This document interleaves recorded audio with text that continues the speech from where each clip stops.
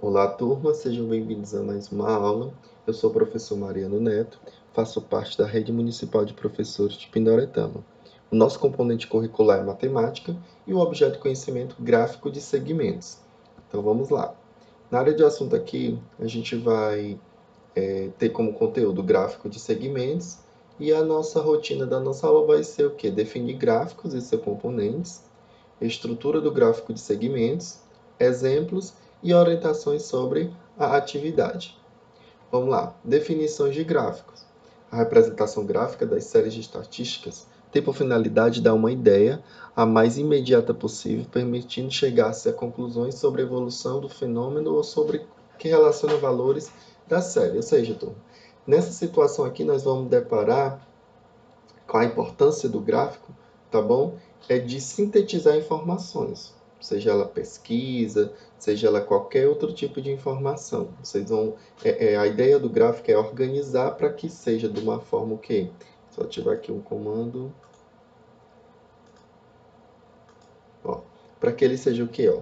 Elementos simples, claros, e a veracidade aqui ele vai ser as informações corretas de fontes seguras, tá bom?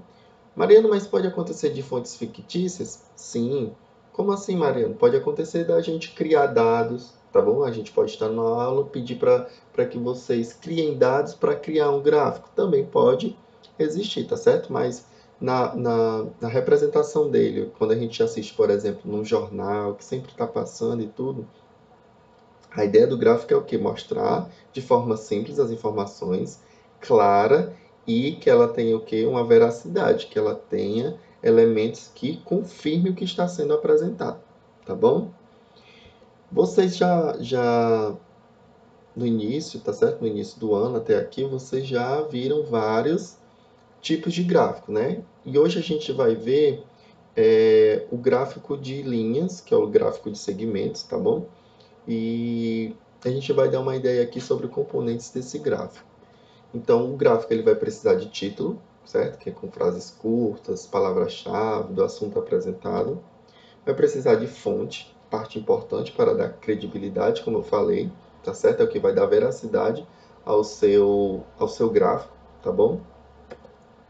Temos os números, que são os valores, é o que vai apontar se cresceu, se diminuiu as informações lá, o que foram organizados. Pode ser dado através de períodos, meses, semestre, ano. E as legendas, que é o pequeno resumo das informações analisadas, que é para saber o que está sendo representado ali naquele gráfico. Então vamos lá. O gráfico de segmentos, vamos defini-lo aqui, certo? Ó, também conhecido como gráfico de linha, é utilizado para exemplificar parâmetros de evolução e regressão, ou seja, o que aumenta e o que diminui. Sequências de números representantes em certos espaços de tempo. Então, ela pode ser uma pesquisa definida em tempo, em dia, meses, anos, como a gente viu aqui, tá bom? Na definição. Então, a gente vai dar aqui uma exemplificada. Nos slides anteriores já foram trabalhados vários tipos de gráfico, como eu falei, e hoje vai ser o gráfico de linhas e de segmentos. E aqui eu peguei um dado disponível no site da Prefeitura Municipal e nas redes sociais, tá bom? Que fala sobre o boletim de Covid de determinado tempo, que é o nosso período aqui. O período foi de dezembro de 2020 a fevereiro de 2021, tá bom? Na nossa legenda aqui nós vamos ter as notificações, a cor azul, os números confirmados em laranja, os curados em cinza, os óbitos em amarelo, descartados nesse azul mais forte e em investigação em verde. Então aqui nós temos, a gente pode ver em situações a evolução, certo? Dos notificados. Em dezembro foram 968, em janeiro foi 1080 e em fevereiro 1450. Então a gente pode ver o aumento no número de casos aqui, certo? E assim como também aqui houve uma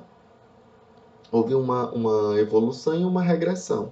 Aqui nessa situação aqui no último aqui no número de, ou melhor, houve uma evolução no número de óbitos de 18, 19 e 22. Então aqui nesse primeiro momento não houve a ideia de queda. Graças a Deus que hoje está mudando essa situação, tá certo? Não representei um dado mais atual, porque lá no site não está disponível, certo? Mas nas redes sociais eu acredito que tem, tá bom, turma? Aqui só foi para representar. Aqui eu vou trazer os outros exemplos, são ideias fictícias, então não vai ter basicamente uma veracidade, como foi falado, tá bom? E aqui representa vendas de uma companhia chamada Delta entre 1995 a 2001, tá bom? Então aqui nós temos aqui 1995, 1996 até 2001, que são os anos. E aqui são os números de vendas. Turma, pode acontecer de você se deparar com essa situação onde não apresenta o valor exato. Ó. Aqui eu não sei quanto foi que foi dado, o número de vendas em 1995. Não sei aqui. Eu sei que ele está entre 200 a 250. Então, nessa situação, turma, quando vocês se depararem com situações similares a essa, você sempre vai falar de valores aproximados, tá bom? Então, nessa situação aqui, qual foi o valor? Está entre 200 e 250, o número de vendas, tá bom? Já nessa daqui já está exato, ó. 1997, qual foi o número de vendas? 300, porque está exato. Tudo bem? O número de vendas em 1999.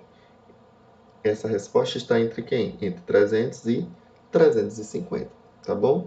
Se a gente analisar entre 1995, aumentou ou diminuiu? A gente pode ver aqui, ó, aumentou consideravelmente, né? Ambos estão entre 200 e 250, porém houve um pequeno aumento aqui, tá bom? Entre os anos de 1997 e 1998, houve um aumento ou uma diminuição de vendas? Houve uma diminuição de 300 para 250, não é isso? Mariana, e a diferença do número de vendas? A diferença na matemática, vocês sabem que é a subtração. Então, a diferença aqui do número de vendas de 1997 a 1998 é 300 menos 250, que é igual a 50, tá certo? Ou seja, aqui a gente pode ver que tem várias situações que podem ser representadas e até operações matemáticas. Se a gente fosse pedir o número de vendas, tá certo? De um determinado ano com outro ano, a gente teria que somar, tudo bem? Então aqui pode ser representado de várias maneiras. Podemos também fazer o gráfico em curvas de 3 dimensões. Ali a gente está, na questão anterior, a gente estava na figura, deixa eu só voltar aqui bem rapidinho, de 2 dimensões, né? Que aqui nós temos divididas em 2 eixos. O eixo dos anos, tá bom? Que acredito que vocês possam ter visto também a ideia de... acredito que não. Mas vocês vão ter a ideia de plano cartesiano, e lá vai falar que isso é sobre o eixo X e o eixo Y, tá bom? Eu acho que vocês viram representações, algumas habilidades no quinto ano, quarto ano, sobre localização em mapas e croquis. Então, vocês devem ter mais ou menos essa ideia, tá bom? Já aqui, na representação de 3 dimensões, além do eixo Y, o eixo X, eu vou ter um eixo Z, certo? Que é a figura tridimensional, que é como se fosse essa parede aqui, viu, turma? Do lado. Essa daqui é a mesma representação da situação anterior, só que ela aqui está representada em forma de 3 dimensões, tá bom? Orientações sobre a atividade. Vocês vão ter aí as atividades na página bem direitinho aí, e é para ser resolvida a questão 1 e a questão 2. Mas, Mariano, meu professor ou professora pode propor uma outra atividade? Com certeza, fica a critério do professor, tá certo? Mas as orientações indicadas para a resolução das atividades do livro são essas duas questões, a questão 1 e a questão 2. Vocês vão realizar uma leitura, que tem uma leitura aqui para a primeira questão, tem um texto prévio que você vai ler e tirar as informações desse texto. Na segunda questão, é bem similar à primeira, só que vocês vão utilizar essas informações aqui, tá certo?